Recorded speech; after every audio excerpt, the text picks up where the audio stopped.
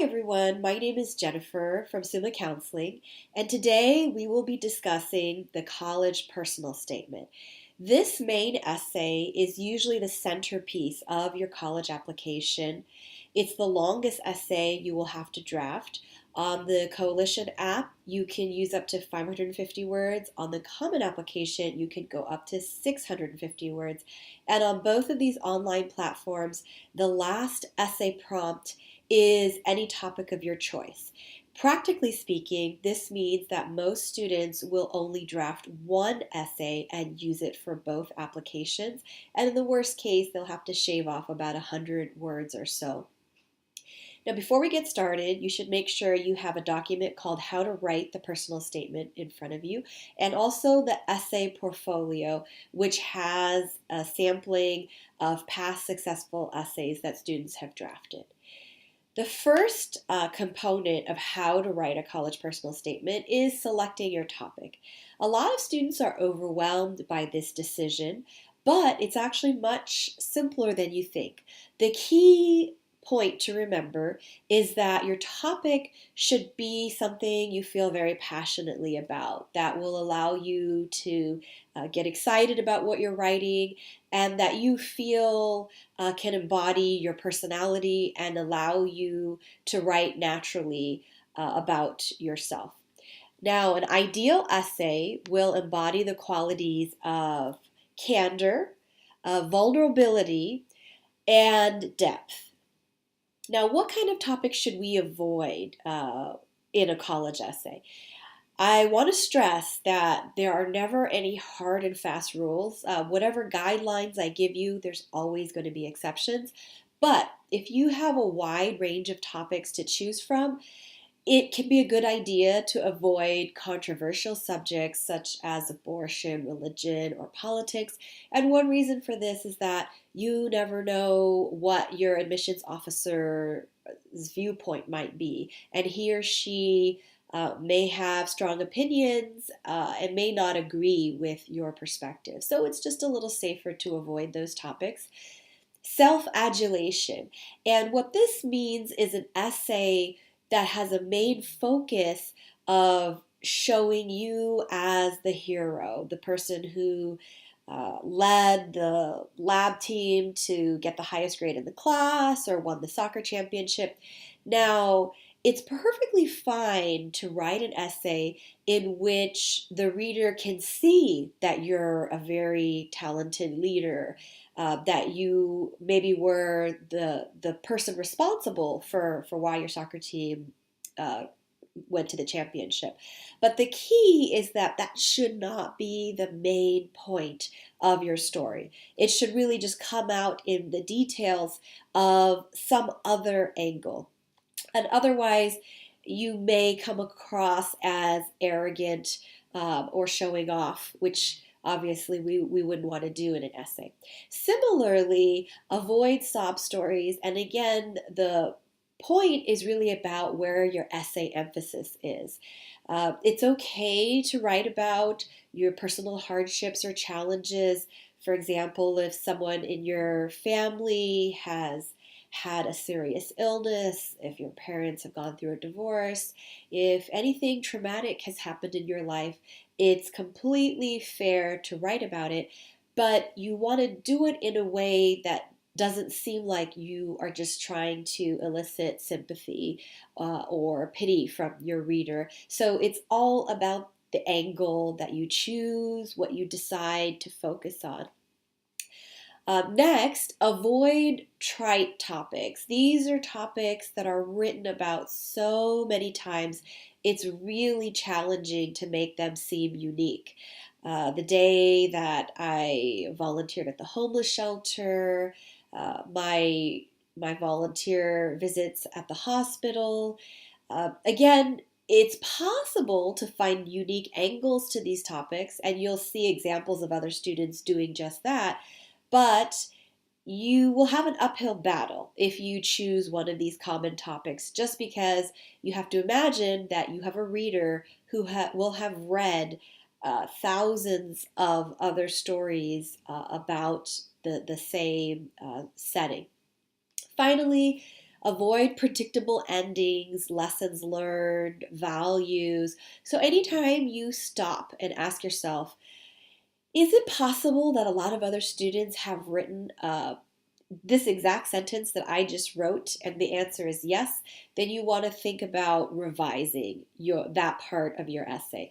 The worst thing you can do in drafting a college essay is to begin to sound like all the other students who are submitting essays in the admissions process that year. The goal of a successful essay is not just to capture who you are, but also to try to stand out from the crowd. So the admissions officer finishes that essay and thinks to himself, wow, that was really different. That left an impact on me, or maybe that made me ask questions that I've never asked before, or maybe it helped me look at the world in a different way. And that would be a really wonderful essay to submit.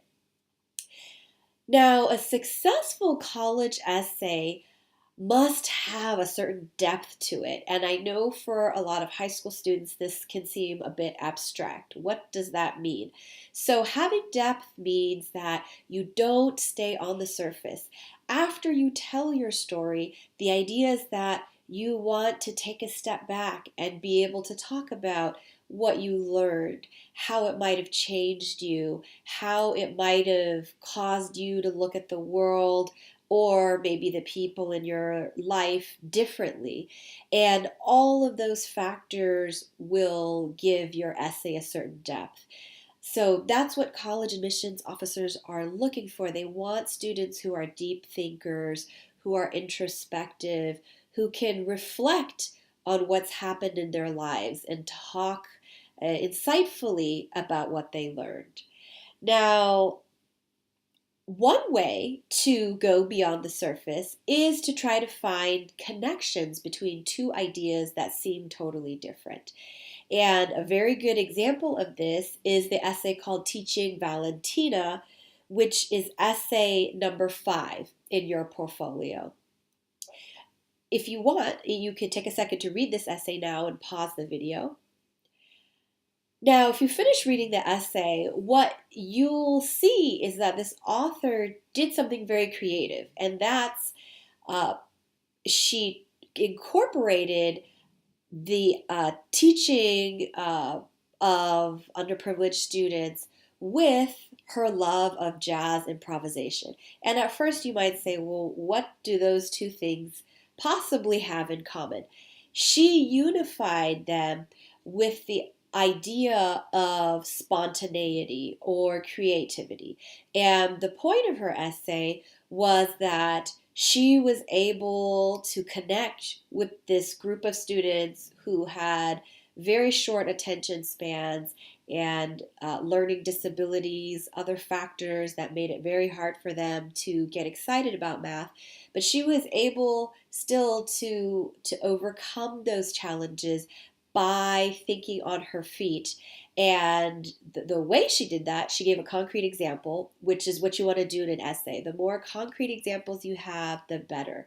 She used the famous Mo Willems Piggy and Elephant stories as examples to get her students interested in math.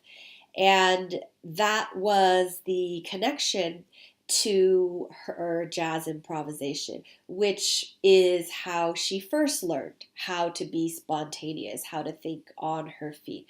So at the end of the day, she turned what could have been a very kind of common cliche topic into a very unusual essay just by adding another dimension to it.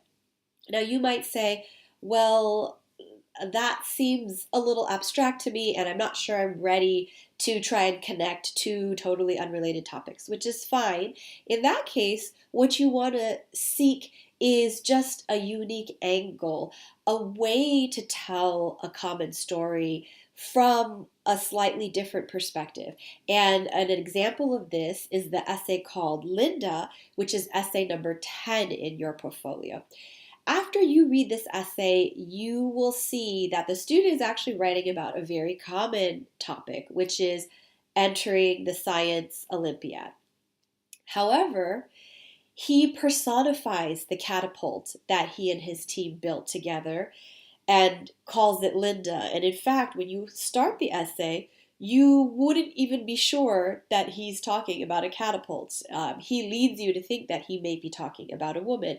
So the intro ends up being rather humorous and entertaining.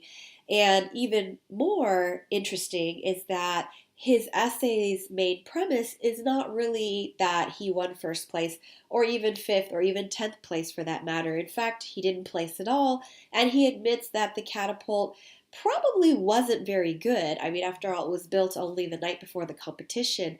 But the main focus of the essay is that he learned so much and developed a lot of pride in this catapult that he and his teammates single-handedly built. So in the end, a very successful essay. Now, related to going beyond the surface is trying to avoid being mainstream. What this means, as we talked about before, is that you really want to try to stand out from the crowd. Just imagine your admissions officer will have very, very tall piles of essays to read every single day. So the best essay is the one that seems a little different, that catches his eye. And I'd like to encourage you to consider writing about a very ordinary topic. Sometimes the most ordinary topics can be the most unusual. And the reason is that they're so ordinary, students don't normally even think about writing about such subjects. So an example of this would be the Yellow Brick Road, which is essay number 4 in your portfolio. Now, the Yellow Brick Road is just about a student's walk home after school on an afternoon. And she discusses what she sees along the way. So she hears a piano player, she meets a stray dog, which always comes to greet her at the same place and time every day. And finally, she encounters an old lady selling tuberose on the side of the road.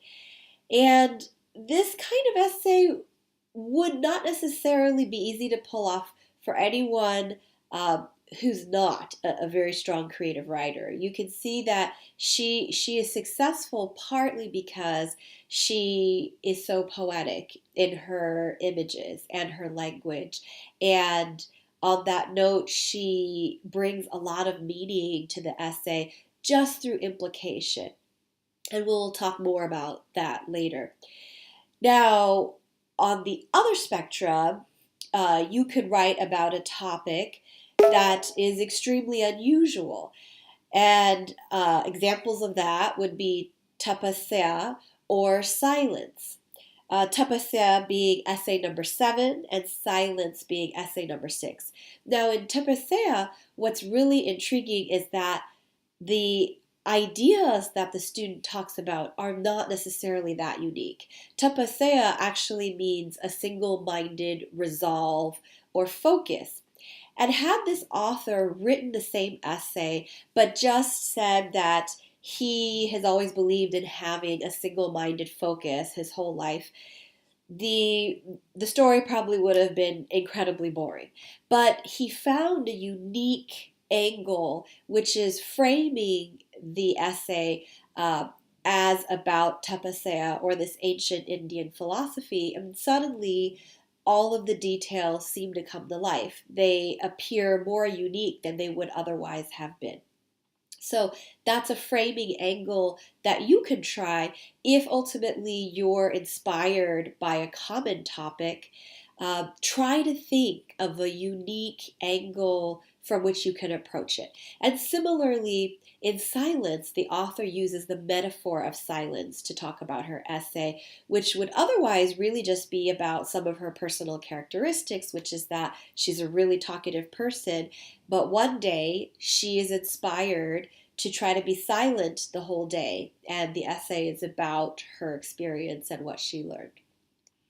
Finally, I'll review some of the most common types of essays that students write so that you might have an idea of what path you want to go down.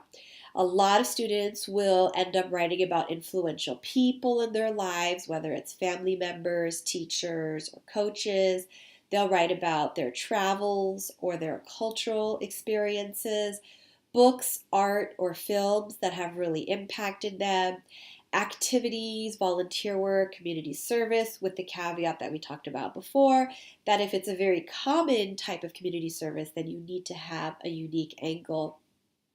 Jobs, careers, or majors, academic passions, your personal philosophy, your spirituality, and that's as opposed to a traditional religion, which can be more controversial, as we talked about. Obstacles or challenges you faced, anything that represents you, or significant experiences.